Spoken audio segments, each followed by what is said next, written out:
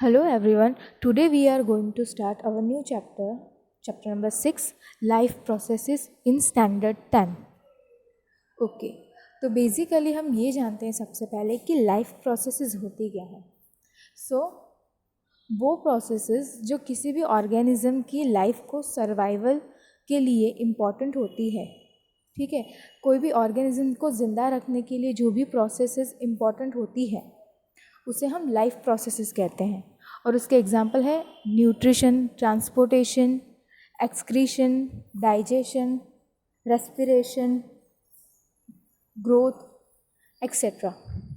Right. अब ये जो भी 7 या 8 नाम हैं, ठीक है, उसको याद करने का एक सिंपल सा तरीका है। एक की है उसकी जिसका नाम है मिस ग्रेंट। ठीक है, MRSGRENT।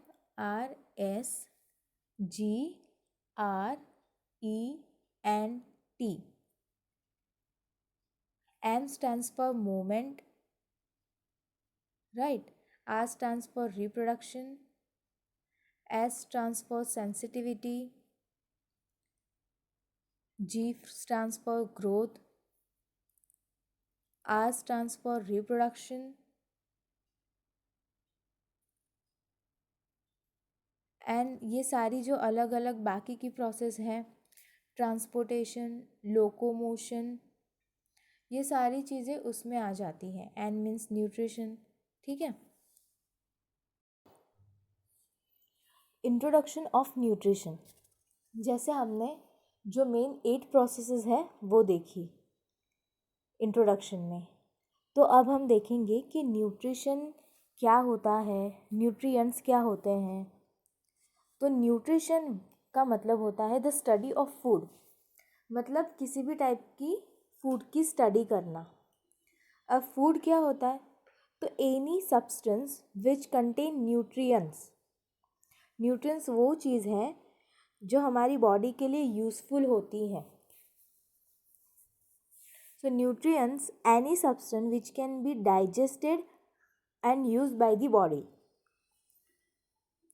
जैसे हमने यहाँ पे देखा कि न्यूट्रिएंट्स है जो हमारी बॉडी में डाइजेस्ट होते हैं और यूज़ होते हैं, तो उसके भी मेनली वो 6 न्यूट्रिएंट्स हैं जिसमें आते हैं proteins, fats, carbohydrates, minerals, vitamins and water. These are the 6 nutrients which are very important for our body.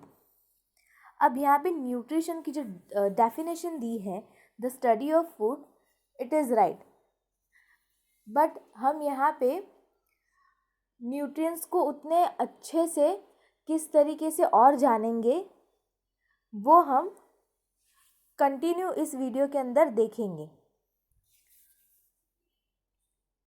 तो हम अगर न्यूट्रिएंट्स की बेसिक कोई डेफिनेशन देखें तो nutrients are the substances which provide the 2 basic requirements of organism, namely organic raw material and energy.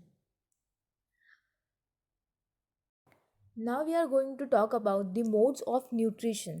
So there are mainly 2 type of the modes of nutrition.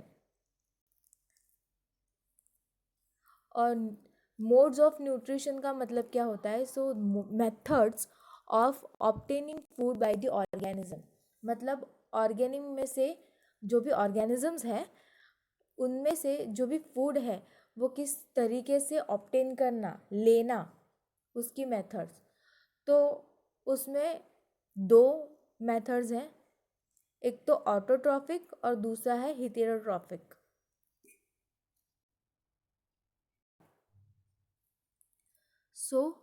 हमने देखा कि मोड्स ऑफ न्यूट्रिशन में autotrophic mode of nutrition है and heterotrophic mode of nutrition है।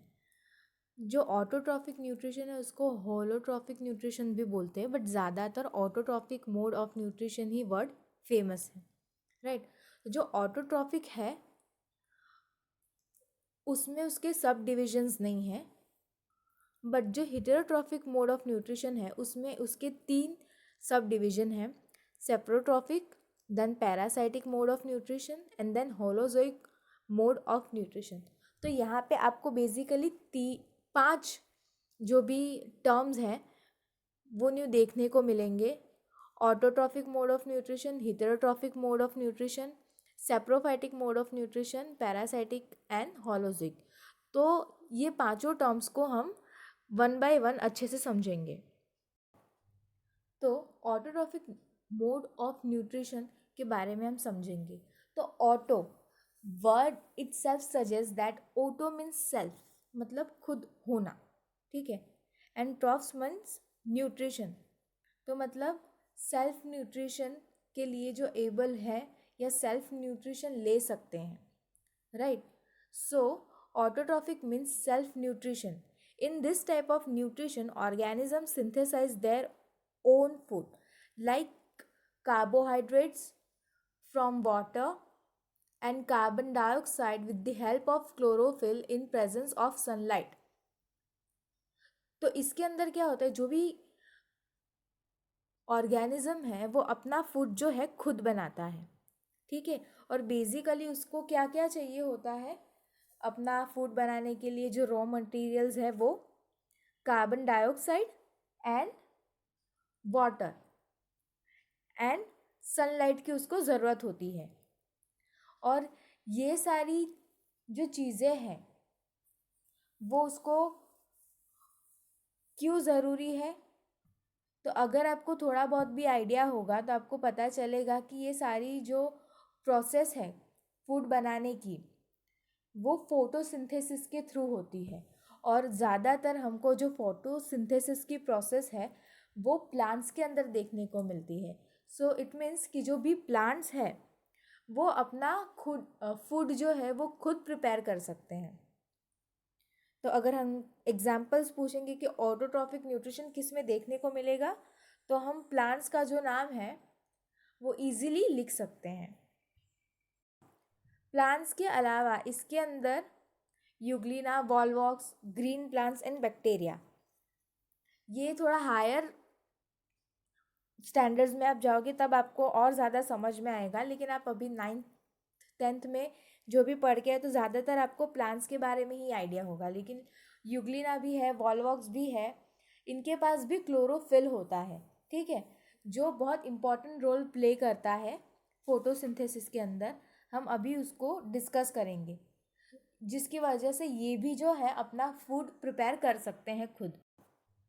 सो carbohydrates are use for the providing energy. हमको पता है कि कोई भी प्रोसेस होने के लिए सबसे पहले उसको एनर्जी चाहिए, तब जाके कोई भी चीज़ फंक्शन करती है, राइट। जैसे हमें भी काम करना होता है तो हमें भी एनर्जी चाहिए, वैसे प्लांट्स को भी अगर फंक्शन करना है तो उसको भी एनर्जी चाहिए। हम एनर्जी लेने के लिए क्या करते हैं, खाना खाते हैं जिसमें से हमको न्यूट्रिशन मिलता है। वैसा ही कुछ न्यूट्रिशन किसको चाहिए, प्लांट्स को भी चाहिए। जो कौन प्रोवाइड करता है, कार्बोहाइड्रेट्स। कार्बोहाइड्रेट्स के थ्रू क्या है, उनको एनर्जी मिलती है। The carbohydrates which are not use are store in the form of starch. अब मान लो कि थोड़ा एक्स्ट्रा कार्बोहाइड्रेट है जो यूज़ नहीं हुआ है, वो किस फॉर्म में स्टोर होगा, स्टार्च के फॉर्म में वो स्टोर हो जाएगा। Energy is divided from the food which is stored in our body in the form of glycogen. अगर हम हमारे बॉडी की बात करें तो जो भी एनर्जी है वो हमने यूज़ कर ली, बराबर। बट कुछ मान लो कि अभी हमारे पास फूड बच गया, उतना यूज़ नहीं हुआ, तो वो किस फॉर्म में स्टोर होगी, ग्लाइकोजन के फॉर्म में। Substances which stores carbohydrates and important in controlling sugar level in body. अब जो कार्बोहाइड्रेट्स हैं वो स्टोर हो रही है तो उसमें से हम बाद में एनर्जी भी ले सकते हैं, और जो हमारा बॉडी का शुगर लेवल है वो भी मेंटेन करने में ये बहुत हेल्पफुल होता है।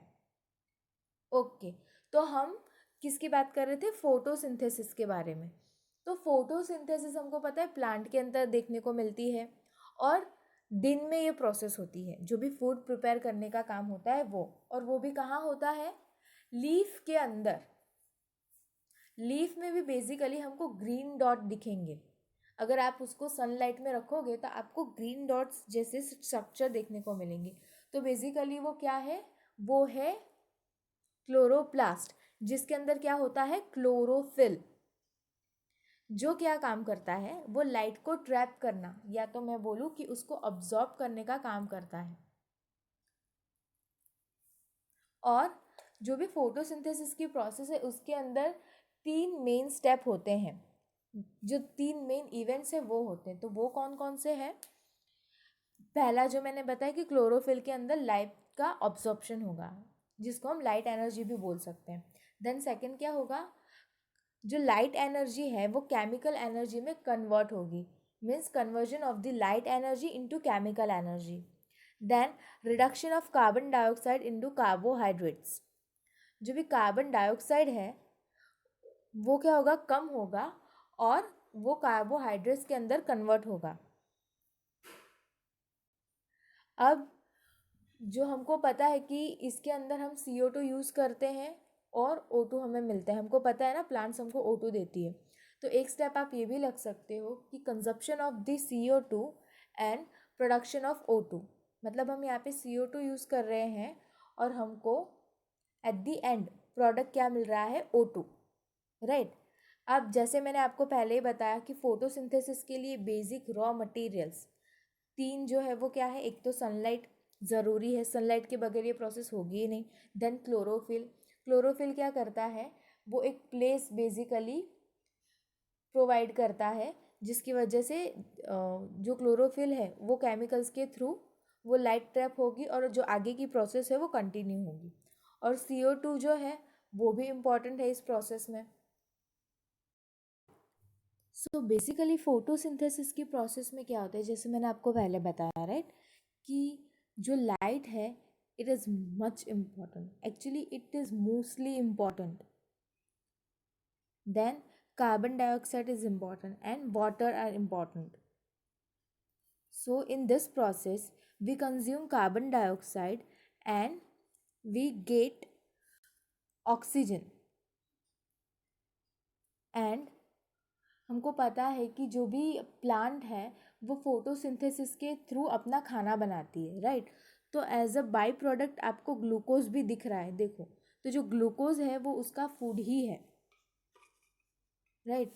और कभी कुछ ज़्यादा फूड बन जाता है तो वो क्या करती है, उसको अपने किसी भी पार्ट के अंदर स्टोर कर देती है, या तो फिर क्या करते हैं, उसको फूड में कन्वर्ट कर देती है। तो हमने यहाँ पे क्या किया, लाइट एनर्जी यूज़ की, फिर carbon dioxide and water use किया, बट स्पेशली जो क्लोरोफिल है वो सबसे ज़्यादा इम्पॉर्टेंट है। क्यों? क्योंकि वो प्लेस प्रोवाइड करता है पूरा प्रोसेस होने के लिए। सी, तो यहाँ पे आपको दिख रहा है फोटोसिंथेसिस की प्रोसेस में, तो बेसिकली देखो अब यहाँ पे इक्वेशन दिया है, पहला जो है वो वर्ड इक्वेशन है, दूसरा जो है सिंबल इक्वेशन है। बट इसको इतना प्रॉपर मत समझना, जो ऊपर वाला वर्ड इक्वेशन है उसी को ध्यान से देखो, कि जो कार्बन डाइऑक्साइड है वो प्लस वाटर, राइट। अब आपको रिएक्टेंट साइड पे, मतलब जो भी हमको प्रोडक्ट मिलता है, ठीक है, रिएक्टेंट हमने देख लिया कि कार्बन डाइऑक्साइड और वाटर है। अब एरो की दूसरी साइड देखो, मतलब प्रोडक्ट साइड पे, तो इस प्रोसेस के थ्रू बाद में हमको मिल क्या रहा है, तो हमको मिल रहा है ग्लूकोज प्लस ऑक्सीजन। बट इस पूरी प्रोसेस के लिए 2 और चीज़ें हैं जो इसेंशियल है, जो आपको एरो के पास दिख रही है, एक तो लाइट है और दूसरा है क्लोरोफिल, राइट। तो हमने ग्लूकोज और ऑक्सीजन लास्ट में गेन किया पूरी प्रोसेस में। और इसको अगर मॉलिक्यूलर फॉर्मूला में लिखना हो तो हमने CO2 यूज़ किया, H2 यूज़ किया in the presence of light and chlorophyll, and then we will get glucose and oxygen. And जो भी ग्लूकोज है उसको मॉलिक्यूलर फॉर्मूला क्या है, C6H12O6। बट इस पूरी प्रोसेस का अगर हम प्रॉपर इक्वेशन देखें तो वो कुछ इस प्रकार है कि 6 molecule of CO2 plus 12 molecules of H2O in the presence of sunlight and chlorophyll, they make sugar, or I say glucose, because sugar is a one kind, glucose is a one kind of sugar, right? So we can say glucose, which molecular formula is C6H12O6 plus 6 molecules of H2O and 6 molecules of O2. O2 के पास ऊपर की side arrow है, मतलब ये gas है और हवा में मिल जाता है, ठीक है। सो ये एक बैलेंस्ड इक्वेशन है फोटोसिंथेसिस की, कि जब 6 मॉलिक्यूल ऑफ CO2 और 12 मॉलिक्यूल ऑफ H2O एक दूसरे के साथ मिक्स होंगे सनलाइट की मदद प्रेजेंस में क्लोरोफिल के साथ, तब जाके हमें क्या मिलेगा, तब हमको मिलेगा एक ग्लूकोज, 6 मॉलिक्यूल वाटर के और 6 मॉलिक्यूल ऑक्सीजन के। So now we are going to talk about heterotrophic nutrition. Hetero means other and trophic का मतलब तो आपको अब पता चल ही गया है, न्यूट्रिशन, राइट, मतलब किसी और के ऊपर डिपेंडेंट होना न्यूट्रिशन के लिए। So organism can not synthesise their food by them self और बाय ओन। तो जो भी हेटेरोट्रॉफिक न्यूट्रिशन शो करते हैं वो ऑर्गेनिज्म खुद का खाना खुद नहीं बना सकते।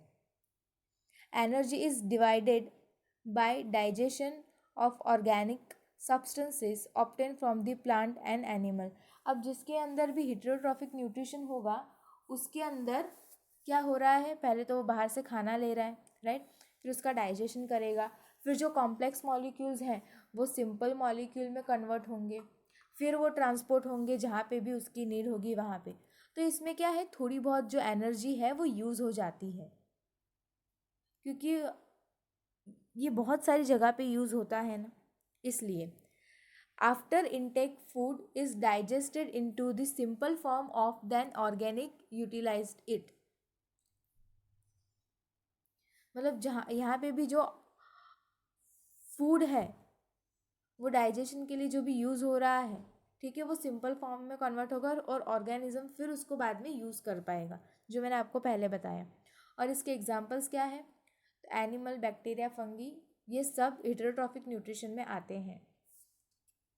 ओके, सो बेसिकली हम देखते हैं कि जो 3 टाइप है हेटेरोट्रॉफिक न्यूट्रिशन में वो कौन कौन से। तो first is saprotrophic nutrition, then second is parasitic and third is holozoic. So first saprotrophic nutrition. तो सेप्रो बेसिकली इसके अंदर क्या होता है, डेड या डीकेइंग जो भी ऑर्गेनिज्म होते हैं या ऑर्गेनिक मटेरियल होते हैं उसके ऊपर कोई भी ऑर्गेनिज्म डिपेंड करता है, और वो ज़्यादातर कैसे होते हैं, non living. So in the saprotrophic nutrition organism depend on the non living substances like dead or decaying organic material are absorbed through body wall of the organism। और इसके एग्जाम्पल क्या है, बैक्टीरिया एंड फंगी, राइट। जैसे हम बोलते हैं ना कि डेड बॉडी के ऊपर बैक्टीरियाज जमा हो जाते हैं, फिर फूंक लग जाती है, कोई भी चीज़ वहाँ पे पड़ी हुई होगी तो, है ना। Now second is parasitic. So parasite तो आपको पता है क्या होता है, मतलब कोई भी लिविंग ऑर्गेनिज्म के ऊपर डिपेंड होता है फूड के लिए, और जो भी दूसरा ऑर्गेनिज्म है जिसके ऊपर कोई डिपेंडेंट है उसको हम क्या बोलेंगे, होस्ट सेल या होस्ट ऑर्गेनिज्म, राइट। जैसे मान लो मैं हूँ और मैं किसी और के ऊपर डिपेंडेंट रह रही हूँ, कोई लिविंग ऑर्गेनिज्म के ऊपर, तो वो सामने वाला ऑर्गेनिज्म जो है वो मेरे लिए क्या हो गया, होस्ट ऑर्गेनिज्म, राइट। और पैरासाइट में हमेशा याद रखना जो भी ऑर्गेनिज्म है वो लिविंग ऑर्गेनिज्म के ऊपर ही डिपेंडेंट रहेगा, ओके।